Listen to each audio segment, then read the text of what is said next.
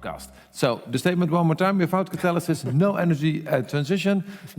We see of the voting, 2/3, 3/4 of the, well, now almost 4/5 of the voters say yes, and a few of them don't agree with the statement. So let's go to the table here. Would you want to start, please? Sure. I don't know if I would go as far as to say no transition, but I would say it will be much slower. So we will definitely not reach our targets in time. Mm-hmm. So if you give me a deadline by this time that we will reach our goals, then I will say no. Okay. So is Bram basically what you're saying? Well, we can invest in solar, in wind power, whatever we want, but we have to make other investments to make it real, because the demand of electricity is rising so much. Yes. So what I think the statement is saying is we need catalysts to have an energy transition. Of course, we also need solar. So a catalyst will make a process faster, but of course you also need to put in energy for this process. So of course you need all these components. Yeah, but to improve the how do you say, the rendement, the efficiency. The efficiency that's of a solar panel, for example, you need this process. In the end, yes. Yeah. All right. What do you think? Well, I think in general catalysis, I mean, if you look at all the chemical processes we have now at this moment, almost all of them are fueled or are working because of catalysts in there. So it's a very important aspect in all chemical processes, also those processes in the energy sector. And so, of course, we are trying to get away from that and making new chemistry happen, which means that you need a lot of new catalysts. All these processes are different. They're going to use different feedstocks. I mean, we're talking about recycling of plastics, which is a very new feedstock. It has other components, contaminations in it that you need to take out. Catalysts are needed for that. If you want to convert methane into hydrogen without making CO2, that's then different from a solar cell. But this is, for example, also something that we are doing as BASF.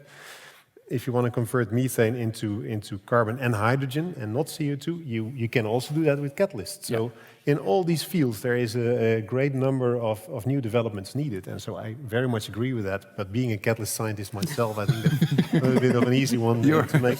Yeah. But I think it's really true. And I truly agree with what Efren says. If we could all do without it, it would take much longer, and certain things would simply just not be possible to change. Yeah, exactly. André, then. Yeah, I think it's about, I was just thinking, it's about 30 years ago, I worked on a movie that was sent to all schools, paid by the government, about chemistry is everywhere. Nothing exists without chemistry. I think it's almost the same here.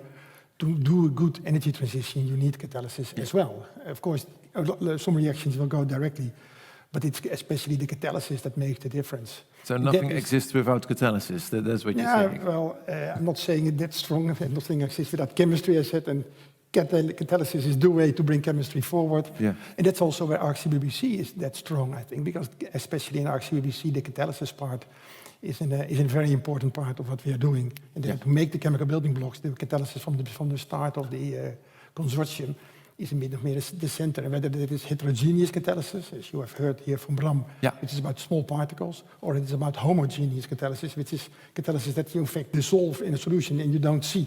Because a lot of things, even my paint, contains a catalyst to make it dry as quick as it can. Yeah, that's also a nice example, of course. So then Bram, also this has everything to do with energy efficiency, because making catalysis costs also a lot of energy.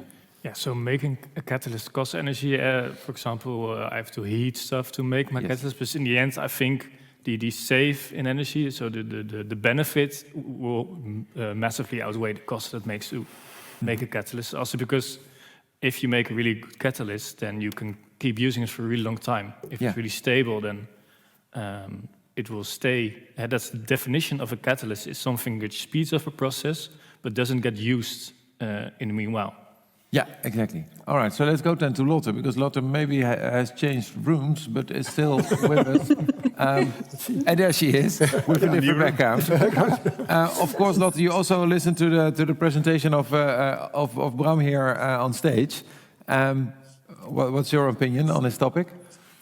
Well, I fully agree with the people at the table, of course. But yeah, of course, researching catalysis, I am a very much for catalyst. But I also think that, for example, if we look at alternative fuels or feedstocks, you can't make hydrogen without help of a catalyst if you do electrochemically.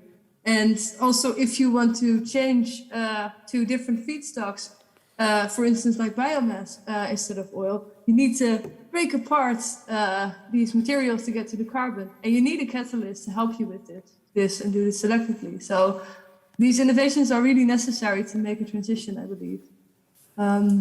Yeah. All right, so let's take the discussion to another level then, because if everybody agrees, then the question is how can we make this movement go fast forward? Because what I hear you all say is this is what we need. This is the movement we need to improve all the chemical processes, for example. What then do we need? In the previous discussion, we talked about the role of the government. I guess we said something about it. Maybe that's enough. We need stable policy, maybe some subsidizing, what you explained. What else do we need? Go ahead, Evelyn. Shell to start. Evelyn. Yeah. I would say we definitely need more and more collaborations, partnerships amongst the parties that are, involved and can contribute. We have to join our forces because the problem is huge to solve for one entity or one person only. Yeah. So also the education. It should be more integrated in the earlier education already. With the next generation should be raised with this mindset. So then that's a bit of a longer-term goal, but it should start earlier. And with the current generation that can really make a change, we need to partner up. Yeah. So two things. Let's park the thing about education. We will get back to that later. But the first thing about partnerships. Does any one of you have a nice example, apart of course from the consortium ARC, because that's a partnership, of such a partnership where two maybe different entities, two maybe different companies collaborate in making this work? Well, so we are here talking about academic industry collaborations, and of course in the field that we were doing, I've seen examples here. And I think that is really important because this is bringing in the creative ideas from academia, maybe thinking a little bit further than what could be commercialized within 2 years. So that's what we're talking about here, and it's very important. Yeah, and that's the success of ARC-CBBC, because the researchers at a company, at your company, at BASF, for example, are busy with things who have to get to market within a few years. And maybe some of the PhD students are busy with things that we will see in 10 years from now. Yes, exactly. And I think this is why you also need to collaborate in those fields. There is, as Evelyn just said, there are so many fields you need to look into. At this moment, nobody knows what is going to be the answer in the end. There's going to be probably multiple new processes which will be successful, but we don't know at this moment. So you need to look at all of that. You can't do that as one entity. There is some of them which you really don't know when they would at all become commercialized. And as a company, you can't do that all yourself. So definitely, you want to do that together with a lot of partners, in particular also the academia. Yeah, I understand. Bram, do you have a nice example? Because that's the question. Because, Robert says between academia and a company. Do you have a nice example yourself?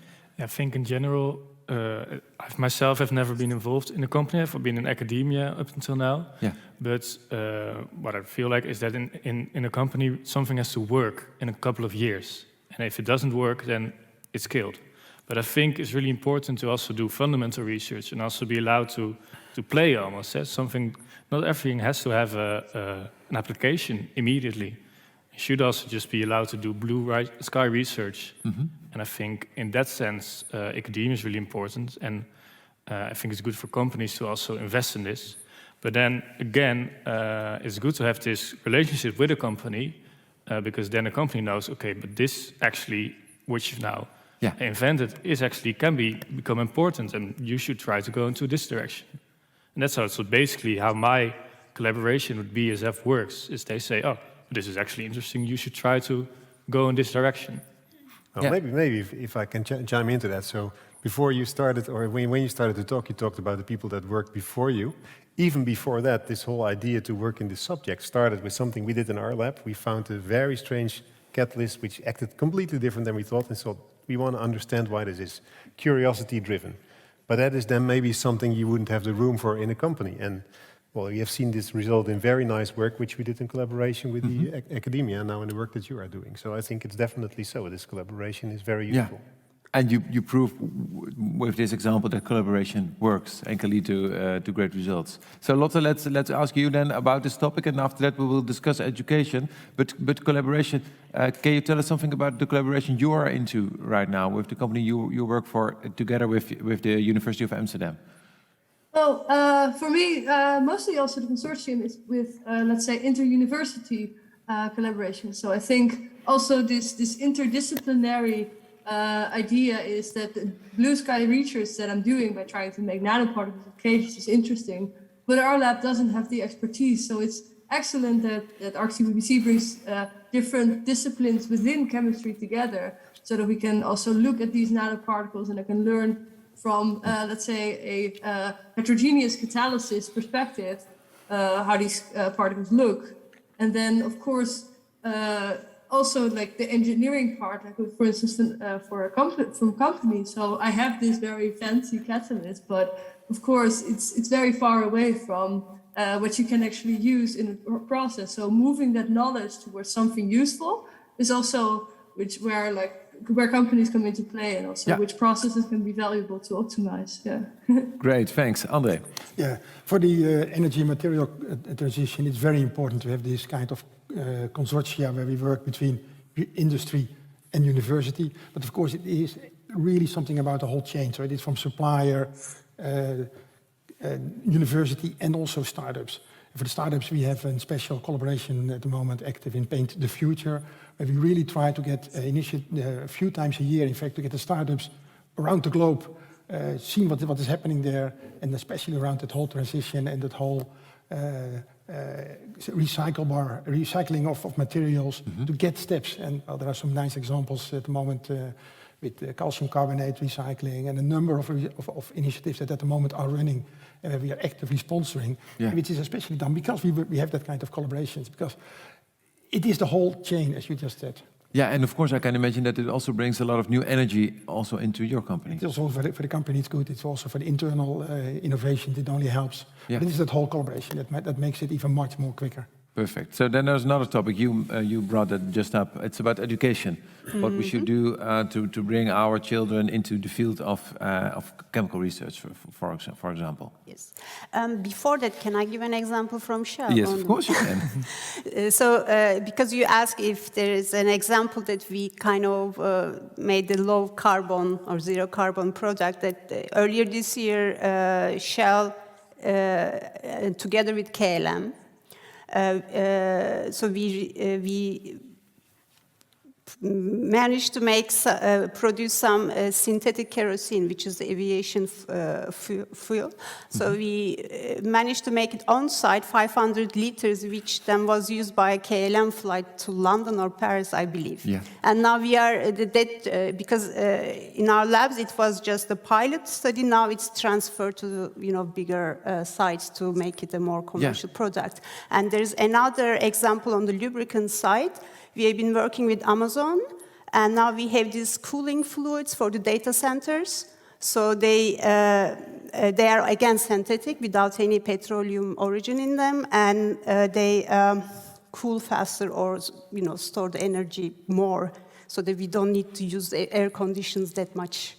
All right. So two great examples. Yes. But and how many energy was used by making that synthetic kerosene? Because if you want to use that, it sounds great to me. But if it costs a lot of energy to make so, and the energy is not green, then it's maybe better to just pump up the oil and put it in the planes.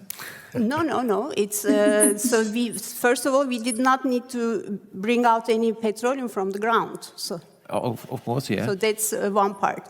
And then these are also catalysis was a big part of it. So we very efficiently designed using synthetic components. So that's why they had much lower emissions also in the process making. So it's and also in the process it's better. And yes. Now the first batch was 500 liters. So it's something. It's something. That's so true. All right, then to education, because that's what I wanted to ask you. What do you think? What should be done to get this on top of the mind of our kids? I think already in the primary school.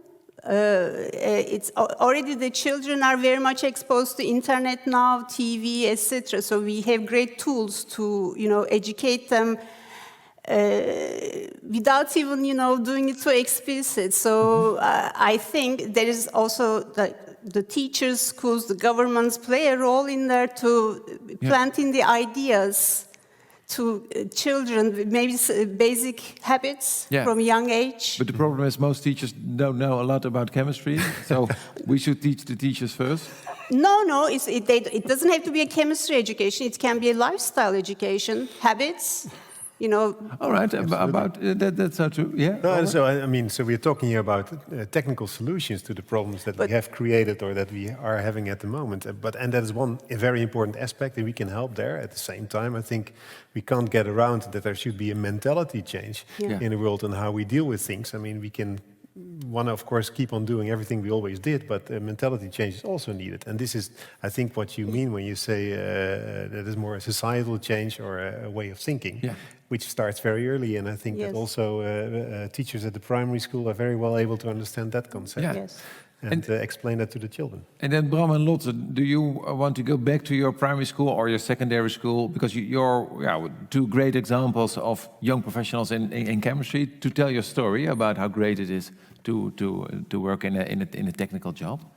Yeah, I think it's really important to go to high schools, to primary schools, and to talk to children and kids on how nice it is to be working in chemistry, especially also girls. I think it's really important to get them involved early.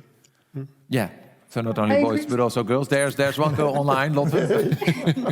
same I agree question also for you. with Bram, and I think it's very good also to show people from a young age how cool things can be. So I remember actually in the beginning of high school, I thought that chemistry was very boring because we just equalized reaction balancing and it was not exciting at all until at some point I saw some applications and I thought, wow, this is amazing. And I believe that there should be more inspiration like this. Is why such a field is so valuable or interesting, and what kind of impact people can make by going into such fields. And I think that should be more clear than it's taught now. So with more real world examples based with a vision on the future.